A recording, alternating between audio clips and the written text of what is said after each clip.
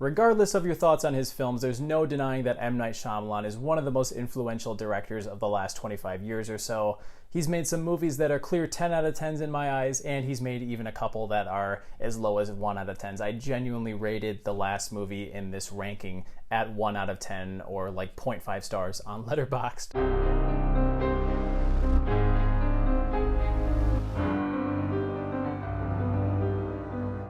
So I've been talking about M. Night Shyamalan a lot in my last couple of videos, especially since Trap just released a couple of days ago. So I thought no better time to sit down and rank all 14 of his feature films from worst to best. Actually, there is one that I'm excluding, and that's Wide Awake.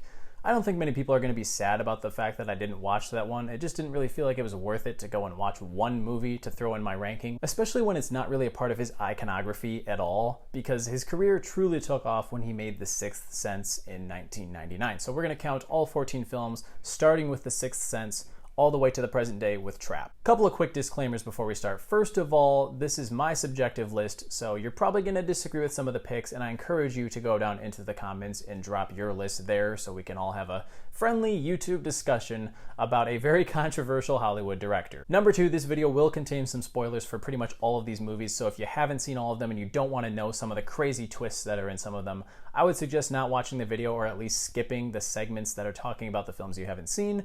Go watch the movies and then come back. In last place, number 14 is The Last Airbender, the only one that I could not afford to rewatch. It felt like it would be a waste of time to me because I hate this movie. I'm sorry, but I hate it. Really, these last two movies in the list, I struggle to even fully blame Shyamalan for because they're studio products that were produced by the studios, and they really have very little creative input from Shyamalan himself. I should say that I'm not a huge fan of Avatar: The Last Airbender. I didn't watch the animated series, and I haven't watched the new live-action one either. But you don't have to be a fan of this subject matter to see where they went wrong here. I mean, they tried to adapt a whole first season of a show into like an hour and 45-minute long film, and this is what you get. A super rushed piece of garbage with horrible special effects. I mean, it literally looks like a straight-to-TV Nickelodeon movie. That's what it looks like. The acting is poor. There's constant exposition. I mean, seriously, there are location changes like every 5 minutes, fit with terrible narration to go over top of it because, of course, they don't have the time to actually flesh out this story. This film is truly atrocious. I put off watching it for a long time, but I did eventually check it out because I wanted to be a completionist and see all of M. Night's post-Sixth Sense movies.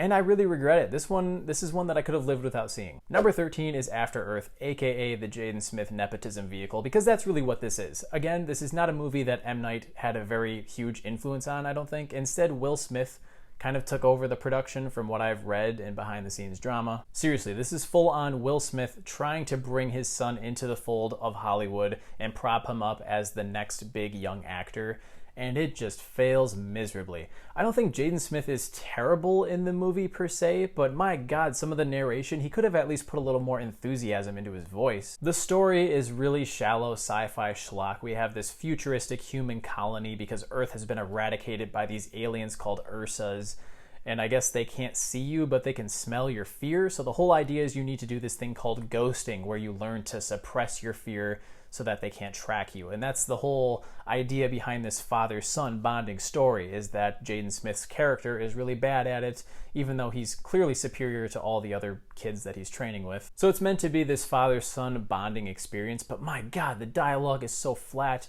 the visuals are pretty ugly, although I will say the special effects are better here than they are in The Last Airbender.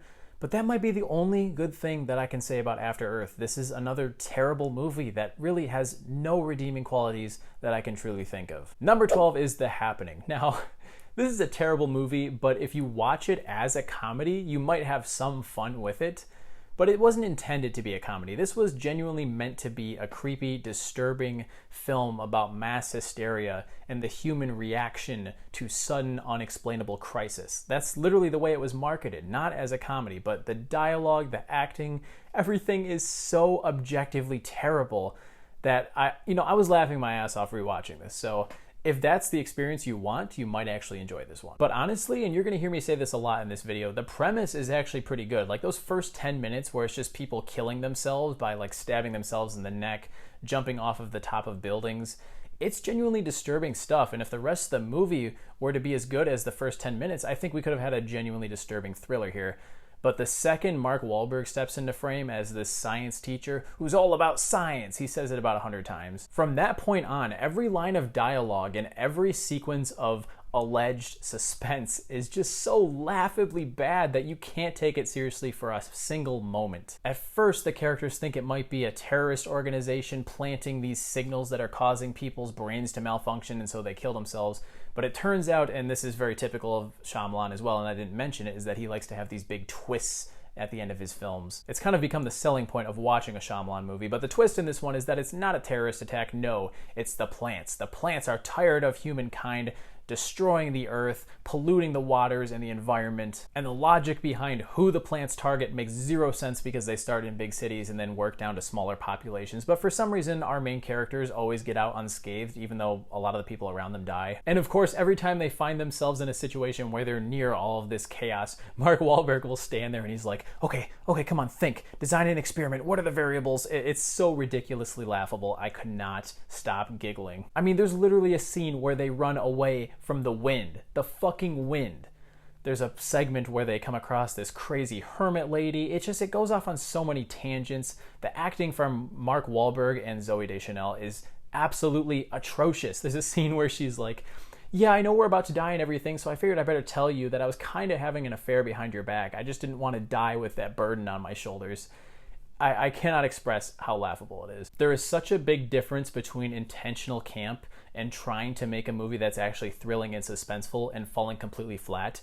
This is most definitely the latter. Number 11 is Lady in the Water. Now, I remember watching this for the first time years ago, finding it extremely boring, and quite frankly, I felt the same way when I was rewatching it a couple of days ago. Once again, I find myself really liking the premise, the idea of this character played by Paul Giamatti. He's this boring superintendent of this apartment complex, and he comes to the realization that there's actually this fairy tale world that exists in plain sight all around him, and finds himself becoming an integral part of that story. All of those good elements make it all the more painful that this movie is just boring. It's filled with exposition. As soon as Bryce Dallas Howard pops on screen as this sea nymph or a narf, whatever she's called, and there's this creature called a scrunt that's hunting her down. Meanwhile, she's trying to get back to her home world by finding this human vessel who is supposed to save everything with his writings in the future.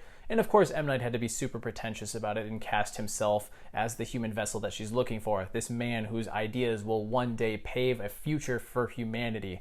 I mean, how pretentious is that, seriously? And there's also a film critic character, and who would have guessed he's a complete douchebag and the only character in the movie who dies. He gets confronted by the scrunt creature. I do like his death scene, though, where he's like, oh no, this is the part in every movie where the unlikable side character dies, but I'm not gonna die because I'm not an unlikable side character. And then he gets mauled. The last 10 minutes or so are pretty good with this Avengers-style team-up of all of the apartment residents because they all learn that they have this function within this mythical storyline to get Bryce Dallas Howard back to her world. But the rest of the movie is flat-out boring, filled with exposition. I mean, there's literally a Korean family in the movie.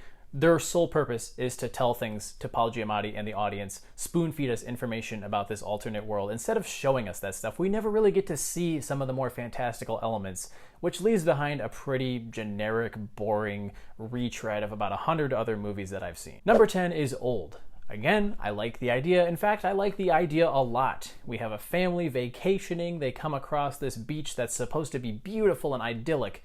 They find themselves trapped there and come to the realization that everybody is aging on this beach at a much more accelerated rate than anywhere else. That idea really lends itself to a lot of cool concepts that we see throughout the movie. For instance, there's a dude who gets slashed with a rusted blade and he gets this instant blood infection that slowly kills him, and it's really gruesome.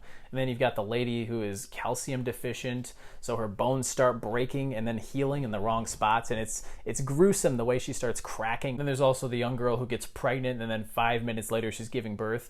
There was so much potential to this idea, but once again, just like The Happening, Shyamalan writes these characters that they talk so unnaturally. I cannot imagine real human beings saying the things that they say, doing the things that they do. It's complete, utter nonsense. There are glimmers of greatness in the story, like the children aging into adults and still having the mental capacity of children. By the way, Thomasin McKenzie and Alex Wolff are basically outacting all of the adults in this movie. I do like the reconciliation between the two main characters too, the husband and wife, as they slowly come to the realization that they're going to die of old age. They reconcile, embrace each other, and just kind of pass away peacefully. It was genuinely sad, and I wish the rest of the movie could be taken as seriously as some of this good stuff. And then there's the third act, which feels like a totally tacked on epilogue that could have been its own sequel, honestly, because it's revealed that this isn't really a twist, it's more of just a reveal as to what's going on the beach. There's a pharmaceutical company that is doing these clinical drug trials by drugging these vacationers, putting them on this beach and observing what happens throughout the rest of their lives because it takes place over the course of a single day. I don't mind that as the explanation, but literally the last 10 minutes of this movie, we learn all that. This entire company gets taken down by the police. It's so silly, contrived, and nonsensical that they decided to shoehorn all of this into the end of an otherwise very different film. Number 9 is Glass. Now, I'm really mixed on this one. Like, I think we're definitely to the point in the video where I'm not talking about movies that I outright dislike anymore. There are definitely a lot of things in Glass that genuinely work. It's so cool to see David Dunn, the Horde, and Mr. Glass on screen together in this psychiatric facility, being told that they're not actually superheroes, that they have delusions about being superhuman. And over the course of the movie, we discover what this organization is actually trying to do. Granted, not a lot actually happens in the first half of this movie. It's a lot of talking, but they were interesting discussions that genuinely felt like, just like Unbreakable and Split, a subversion of the superhero genre. But then we get into the third act, which feels like a purposeful anticlimax, and I get why that works for some people, and all the more power to you if it does. It just doesn't work for me. It kills the momentum, it kills the build-up to seeing these three characters clash. The fact that David Dunn gets drowned in a fucking puddle by a SWAT officer. The fact that the other two characters get like shot and one gets knocked over, like it just felt very anticlimactic. Plus the whole revelation that Mr. Glass had a backup plan all along and recorded this video to prove the existence of superhumans and foiling this entire organization's plan.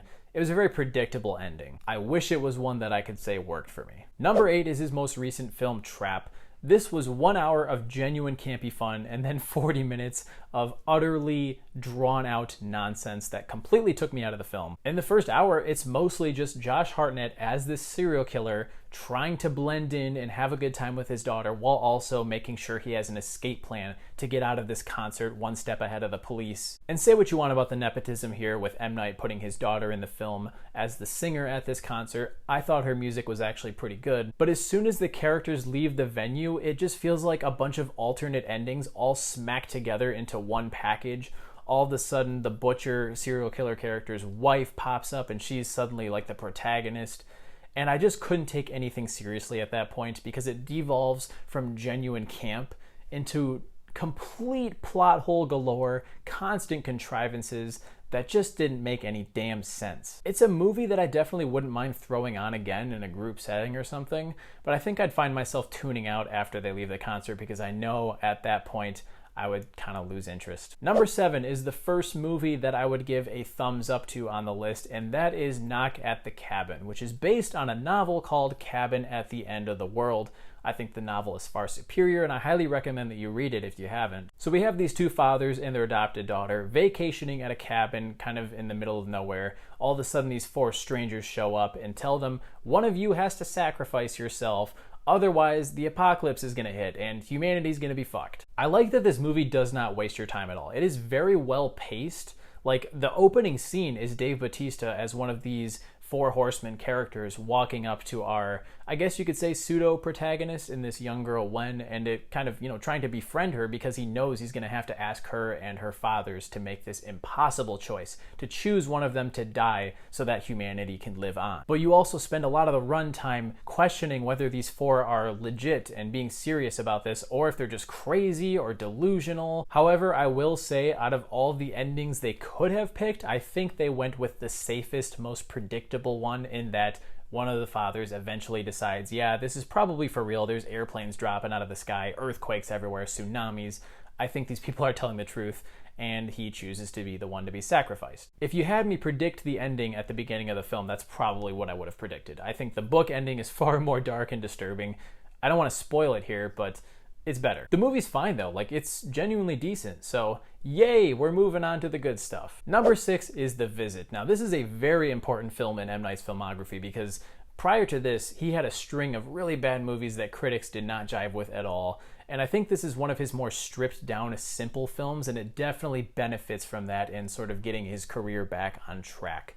It's, as I said, very simple. We have these two kids going to spend a weekend with their grandparents who they haven't seen in years and years. It's shot in a found footage style, which does make me roll my eyes when I hear that about a movie going in, but this is definitely one of the better ones that I've seen. It just has a lot of sequences that really make you anxious, like the grandmother asking the daughter to get into the oven and clean it. She does that like twice, and I'm like biting my nails the entire time because you just think she's gonna do something horrible, like slam that thing shut and turn it on. However, the twist is kind of obvious. Like, did anybody really think that the twist would be anything other than the fact that these aren't their real grandparents? But it was pretty disturbing when they find their real grandparents' bodies in the basement and this older couple starts to actually terrorize them. It's all around just a solid film, but very predictable, very safe by M. Night standards, but I'm okay with that. It's a fine movie. Number 5 is Split. Now, I had a lot of trouble ranking this one because I like it. I think James McAvoy delivers a knockout performance as this character who has 23 different personalities. Like, he switches back and forth between these personalities breathtakingly. He is so good. And I was very invested in seeing what happens to these three girls in the end because it's just a very scary situation to suddenly be kidnapped by this guy and they're like, damn, can we convince one of these personalities to let us go? Because if not, I guess this beast is going to eat us. I do find it to be a tad anticlimactic though. I mean, Anya Taylor-Joy is the one girl to survive, and the only reason the beast lets her go is that her heart is pure, I guess because she was abused so much in her life. Like, what about the other two girls? What if they had a lot of inner demons that he just didn't know about? I don't know. That final shot is a banger though. The reveal of Bruce Willis and that this is set in the same world is unbreakable. I mean, that made people go crazy in the theater. I still remember that. So this is a pretty good movie, but it's not great. It's not up there with some of Shyamalan's best. Number 4 is perhaps Shyamalan's most underrated film, and that is The Village. I just totally dig the vibe of this one. We're introduced to this idyllic, isolated community that we're led to believe is set in the 1900s. The residents can't leave because there are monsters in the forest that will attack humans if they try to leave the village. But in one of M. Night's most fascinating twists, the monsters are actually just people in costumes, and the film is set in present time. This so-called village was actually founded with the intention of creating a population protected from societal violence. But as we see in the film, that does kind of fail because Joaquin Phoenix's character gets stabbed, which sends our blind protagonist, played by Bryce Dallas Howard, on a mission to bring medication back to the village. Of course, they had to send the damn blind character out into the real world, so she comes back and doesn't even know that she's living in the present time. I think people tend to hate on this one because they went into the film with a certain expectation that it was going to be super gritty and there were going to be monsters terrorizing this village.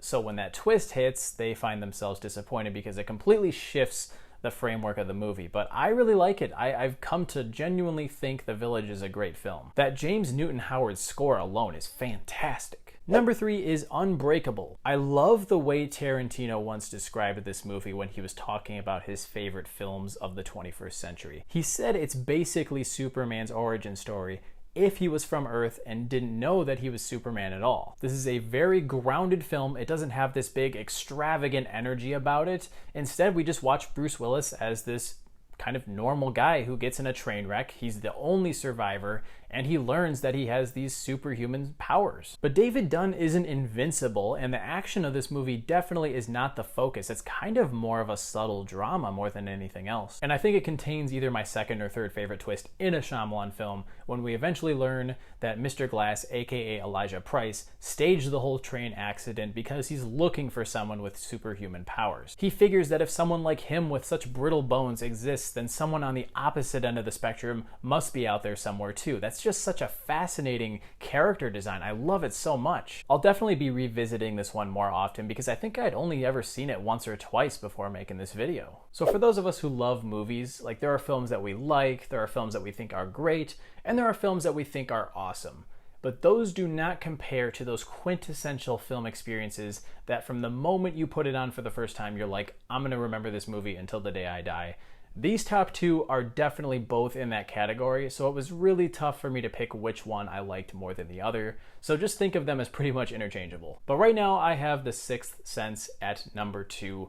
This is a horror film, but also kind of more of a drama. It has some horror elements in it, but more than anything else, it's a thoughtful story that touches on regrets, loss, death, and finding peace with all of these very painful human emotions. We follow Bruce Willis as a child psychologist who is trying to treat this young boy, played by Haley Joel Osment, who claims to hear and see dead people. We all know the famous line. And the first few times we see this happen, it's definitely creepy and suspenseful, but I love how this moves into more of a touching story, and we discover that Cole, the character played by Haley Joel Osment, can actually help these ghosts move on from their pasts. And the three central performances by Osment, Bruce Willis, and Toni Collette are phenomenal. They absolutely cement this as one of the classics in its genre. It might also be Shyamalan's best directed movie. There are some incredibly memorable shots in here. Everything is just so well executed. And in terms of twists, I don't think you can beat this one. The reveal that Bruce Willis's character was dead the entire time, and he himself is a ghost whom Cole must help move on, was such a revelation the first time I watched it. And it's so crazy how you can go back and watch the film again and everything still holds up. You come to the realization that Bruce Willis's character never speaks to another character other than Cole the entire time. Watching a movie like this just makes me wonder how the hell Shyamalan ever got to making stuff like The Last Airbender and After Earth. It's truly puzzling. But number one for me, it has to be Signs. This is the first Shyamalan film I ever saw, and I think I was drawn to it almost instantly. I think it features his best screenwriting, his best tension, and so many iconic lines from Mel Gibson, Joaquin Phoenix, and all of the other actors in this extremely colorful cast. I love the central storyline about this broken man played by Mel Gibson who finds himself disconnected from his faith after his wife was killed in a drunk driving accident. And then, of course, we have the backdrop of a literal alien invasion. These creatures are coming in UFOs, leaving giant crop circles, sending everyone in a panic. But this isn't War of the Worlds. We're watching this unfold from the perspective of one small town family. And the themes are so well realized. It's not just about religion or God. You can totally go into this without that being a part of the story and still take something away from it, because it's more so about believing in miracles and destiny. Even if you don't believe in a higher power and you're not a very spiritual person, I think you can at least appreciate through this story how it can help broken people through difficult times. It's so well written how all of these elements to the characters come together and play a role in the third act. You have the daughter with glasses of water spread out throughout the house. Her brother has asthma, so the alien's poison can't penetrate his lungs. Joaquin Phoenix being a baseball player. It's got heart, it's got humor, and it also has some horror in it. I mean, that sequence where Mel Gibson is walking through the cornfield at night with his flashlight and you just see a quick glimpse of the alien's leg as it's moving around. That stuff is nightmare fuel. I think my only nitpick with Signs is the twist, and I don't mind that the twist exists. It turns out the weakness to the aliens is water. I'm fine with that, but it doesn't really make sense when you think about the fact that there's water vapor in the air. So how did these things survive landing on Earth in the first place? Who knows? Maybe it's something that's in tap water specifically, or there are ways you can look around that and not have it ruin the experience of the film, because it's otherwise just so well constructed. So there you have it, my personal ranking of all 14 of Shyamalan's main films, ranked from worst to best. Like I said before, I'm eager to hear what you guys think, so be sure to drop your list down into the comments and hit that like button as well as subscribe while you're at it if you want to see more content like this. I'll catch you guys in the next one. See you later.